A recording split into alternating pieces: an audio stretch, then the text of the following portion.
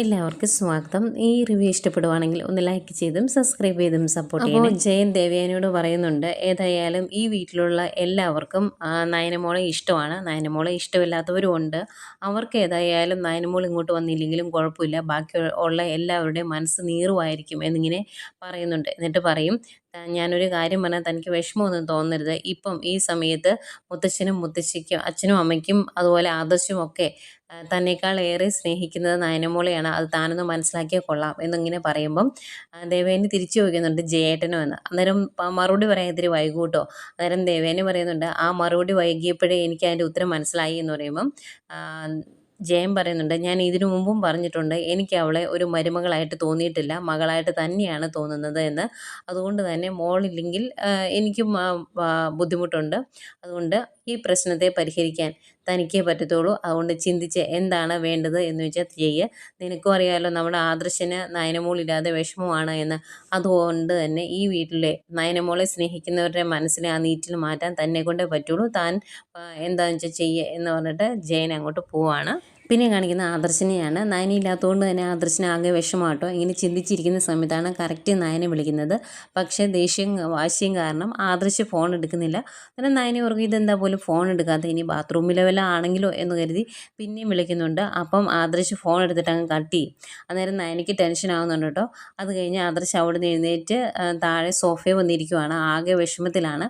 അന്നേരം അത് കണ്ടുകൊണ്ട് ദേവേനെ അങ്ങോട്ട് വരും. എന്നിട്ട് നീ ഇതുവരെ ഉറങ്ങിയില്ലടാന്ന് ചോദിക്കുമ്പോൾ, ഉറങ്ങിയില്ല, ഞാനിവിടെ വെറുതെ വന്നിരുന്നേ ഉള്ളൂ, അമ്മ എന്താ ഉറങ്ങാത്തത് എന്ന് ചോദിക്കും. അന്നേരം ദേവേനി പറയുന്നുണ്ട്, നീ ഉറങ്ങി കാണില്ലായിരിക്കും എന്ന് എനിക്ക് മനസ്സിലായി, അതുകൊണ്ടാണ് ഞാൻ ഉറങ്ങാതിരുന്നത്. നിനക്ക് ഇത്രയും ബുദ്ധിമുട്ടാണെങ്കിൽ അവളെ പോയി വിളിച്ചുകൊണ്ട് വന്നാൽ പോരെ, ഈ പ്രശ്നം അങ്ങ് തീരില്ലേ എന്ന് ചോദിക്കും. അന്നേരം ആദർശ് പറയുന്നുണ്ട്, ഞാൻ പോയി വിളിച്ചതാണല്ലോ, എന്നിട്ടും അവൾ വന്നില്ല.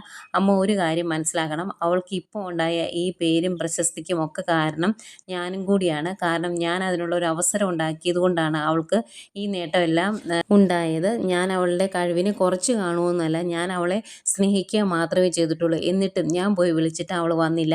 ഇനിയും നാണം കെട്ട് ഞാൻ അങ്ങോട്ട് പോകുന്നില്ല.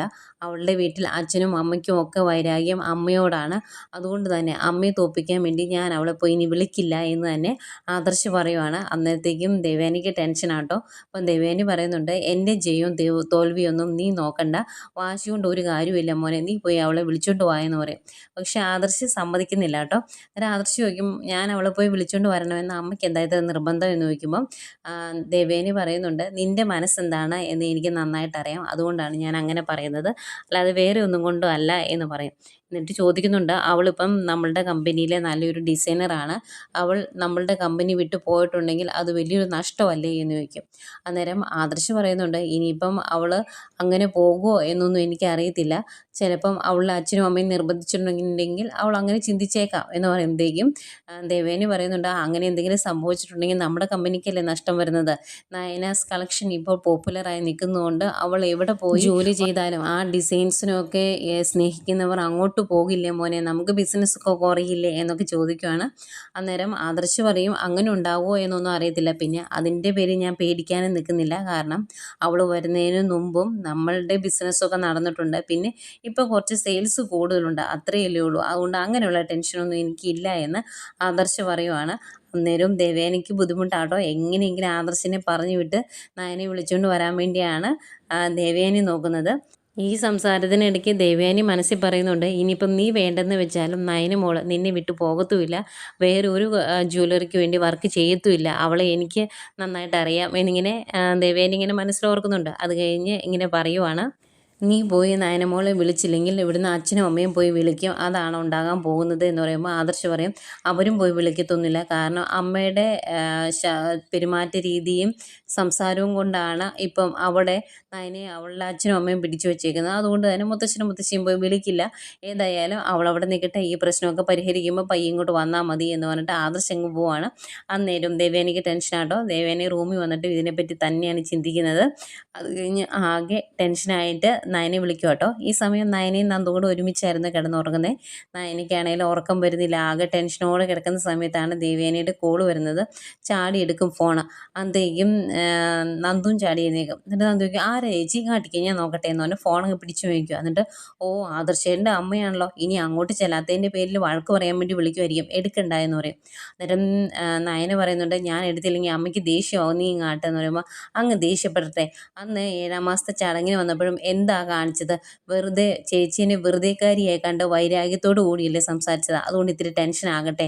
ഏതായാലും അച്ഛനും അമ്മയും പറഞ്ഞാൽ ഒരു കുഴപ്പമില്ല, അവർക്ക് ചേച്ചീനെ സ്നേഹിക്കാൻ പറ്റുമെങ്കിൽ മാത്രം ഇവിടെ വന്ന് ചേച്ചീനെ കൂട്ടിക്കൊണ്ട് പോയാൽ മതി എന്നിങ്ങനെ പറയും കേട്ടോ. അന്നേരം നയന പറയുന്നുണ്ട്, നിങ്ങളൊക്കെ എന്തിനാ ഇത്രത്തോളം വാശി കാണിക്കുന്നതെന്ന് എനിക്ക് മനസ്സിലാവുന്നില്ല, ഇനി ഇതിൻ്റെ പേരിൽ എന്തൊക്കെ ഉണ്ടാവുമോ എന്തോ എന്നിങ്ങനെ പറയുക. അന്നേരം നന്ദു പറയുന്നുണ്ട്, ഓ ഇനിയിപ്പോൾ അവിടെ അങ്ങോട്ട് പോയില്ലെങ്കിൽ ചേച്ചിക്ക് വിഷമാണെങ്കിൽ ചേച്ചി പൊയ്ക്കോ, അച്ഛനും അമ്മയും അനിയത്തിയും ഒന്നുമില്ല എന്നങ്ങ് കരുതിയാൽ മതി എന്ന് പറയും. അന്നേരം നയന പറയുന്നുണ്ട്, എനിക്ക് എല്ലാവരും വേണം, ഞാൻ എല്ലാവരെയും സ്നേഹിക്കുന്നുണ്ട്, എല്ലാവരും ഇതിൽ കൂടുതൽ സ്നേഹിച്ചു, എന്നെ വെറുക്കുന്നവരെ പോലും, അതാ എനിക്ക് പറ്റിയ തെറ്റ് എന്ന് പറയുമ്പോൾ, ആഹാ വെറുക്കുന്നവരെ പോലും സ്നേഹിക്കുന്നുണ്ടോ, അപ്പം ആദർശൻ്റെ അമ്മയെ ഇപ്പോൾ സ്നേഹിക്കുന്നുണ്ടാവുമല്ലോ എന്നിങ്ങനെ പറയുമ്പോൾ, ഉണ്ട്, എൻ്റെ ആദർശൻ്റെ അമ്മയല്ല, അതുകൊണ്ട് ഞാൻ അവരെയും അമ്മയെന്ന നിലയിൽ സ്നേഹിക്കുന്നുണ്ട് എന്ന് പറയുവാണ്. അന്നേരം നന്ദു പറയുന്നുണ്ട്, എങ്കിലും അങ്ങോട്ട് ചെല്ല്, എന്നിട്ട് ആ വായിലിരിക്കുന്ന എല്ലാം കേട്ടു എന്ന് പറയും. ഇതൊക്കെ പറയുമ്പം നന്ദുവിൻ്റെ മുഖത്തൊരു ചെറിയ ചിരിയൊക്കെ വരുന്നുണ്ട്. എന്നിട്ട് പറയും, ഇതൊക്കെ ഓർത്തുകൊണ്ട് ഇങ്ങനെ വിഷമിച്ചിരിക്കേണ്ട വല്ല കാര്യമുണ്ട് ചേച്ചിക്ക്, ചേച്ചി കിടന്ന് ഉറങ്ങാൻ നോക്കുക എന്ന് പറഞ്ഞിട്ട് നന്ദു കിടക്കുവാണ്. നയനയും കിടക്കുന്നുണ്ട്. പക്ഷെ നയനക്ക് ഉറക്കം വരുന്നില്ല. ഇതൊക്കെ കണ്ടിട്ട് നന്ദുവിന് ചിരിയും വരുന്നുണ്ട്. പിന്നെയും കാണിക്കുന്നത് ദേവയാനി തന്നെയാണ്. ദേവയാനി രാത്രി ഉറങ്ങിയിട്ട് പോലുമില്ല, ഇങ്ങനെ ടെൻഷനോടെ ഇരിക്കുവാണ്. ഫോൺ വിളിച്ചിട്ട് നയന എടുത്തില്ല, അതിൻ്റെ ബുദ്ധിമുട്ടുകൊണ്ട്. പിന്നെ നേരം വെളുക്കുന്നതാണ് കാണിക്കുന്നത്. നമ്മുടെ ജയം പത്രമൊക്കെ വായിച്ചുകൊണ്ടിരിക്കുന്നെങ്കിലും രാവിലെ റെഡിയായിട്ട് ദേവേനി വരും കേട്ടോ. അന്നേരം നീ എവിടെ പോകും ഇത്ര രാവിലെ എന്ന് ചോദിക്കുമ്പോൾ, ഞാൻ അമ്പലത്തിലോട്ടാണ് എന്ന് പറയും. ഇത്ര രാവിലെ പോകാറില്ലല്ലോ എന്നിങ്ങനെ ചോദിക്കുമ്പം ദേവേനി പറയുവാണ്, ഇവിടെ ഒരുത്തി ഇല്ലാത്തത് കൊണ്ട് എല്ലാവരുടെയും മനസ്സ് കിടന്ന് നീറുമല്ലേ, ആ മനസ്സിനൊക്കെ ഇത്തിരി ശാന്തി കിട്ടട്ടെ എന്നോർത്താണ് ഞാൻ അമ്പലത്തിൽ പോകുന്നത് എന്ന് പറയുമ്പം ജയം പറയുന്നുണ്ട്, അങ്ങനെ മനസ്സിന് ശാന്തി കിട്ടാനാണെങ്കിൽ അമ്പലത്തിലോട്ടല്ല പോകേണ്ടത്, കാര്യങ്ങൾ മനസ്സിലായി എങ്കിൽ അവിടെ പോയി നയനമോളെ വിളിച്ചുകൊണ്ട് വരികയാണ് ചെയ്യേണ്ടത്, തൻ്റെ പെരുമാറ്റത്തിലും രീതിയിലും സംസാരത്തിലും എല്ലാം മാറ്റം വരുത്തുകയാണ് ചെയ്യേണ്ടത്, അല്ലാതെ അമ്പലത്തിൽ പോയിട്ട് കാര്യമൊന്നുമില്ല എന്ന് പറയും. അന്നേരം ദേവേനി പറയുന്നുണ്ട്, അതിന് ആദർശ് പോയി വിളിച്ചിട്ട് അവൾ വരാത്തതിന് എന്താ ചെയ്യണ്ടേ, അതിപ്പം നമുക്ക് എന്തെങ്കിലും ചെയ്യാൻ പറ്റുമോ എന്ന് ചോദിക്കുമ്പം, എന്തുകൊണ്ടാണ് വരാത്തത് എന്ന് തനിക്ക് മനസ്സിലായില്ലേ, അത് എന്നെക്കൊണ്ട് ഇനിയും പറയിപ്പിക്കണ്ടല്ലോ, അതുകൊണ്ട് എന്താണെന്ന് വെച്ചാൽ താൻ ചെയ്യ്, ഈ വീട്ടിലെ ഈ മൂകത മാറണമെങ്കിൽ താൻ തന്നെ വിചാരിക്കണം എന്ന് പറഞ്ഞിട്ട് ജയൻ അങ്ങോട്ട് പോകും. അന്നേരം ദേവേനി ഇങ്ങനെ പുറത്തേക്ക് നോക്കുക കേട്ടോ. കാരണം രാവിലെ ദേവേനി എഴുന്നേറ്റ് വരുമ്പം കാണുന്നത് കുളിയൊക്കെ കഴിഞ്ഞ് നയന കോലം ഇടുന്നതാണ്. ഇന്നിപ്പോൾ അവിടെ ആരും ഇല്ലല്ലോ. അന്നേരം ദേവേനി മനസ്സിലോർക്കുവാണ്, എനിക്കെല്ലാം മിസ് ചെയ്യുന്നുണ്ട്, എൻ്റെ മോളില്ലാതെ എനിക്കിനി പറ്റിയില്ല, അവളെ പോയി വിളിച്ചുകൊണ്ട് വരണം എന്നിങ്ങനെ മനസ്സിലോർക്കുന്നുണ്ട്. അത് കഴിഞ്ഞ് നേരെ അമ്പലത്തിലേക്കാണ് പോകുന്നത്. അമ്പലത്തിൽ പോയി പ്രാർത്ഥിക്കുന്നത്, നയനമോളെ എൻ്റെ കൂടെ വിടാൻ അവളുടെ അച്ഛനും അമ്മയ്ക്കും തോന്നണേ എന്നാട്ടോ പ്രാർത്ഥിക്കുന്നത്. അങ്ങനെ പ്രാർത്ഥിച്ച് നിൽക്കുമ്പോൾ തിരുമേനി ഇറങ്ങി വരുന്നു, പ്രസാദമൊക്കെ കൊടുക്കുന്നു.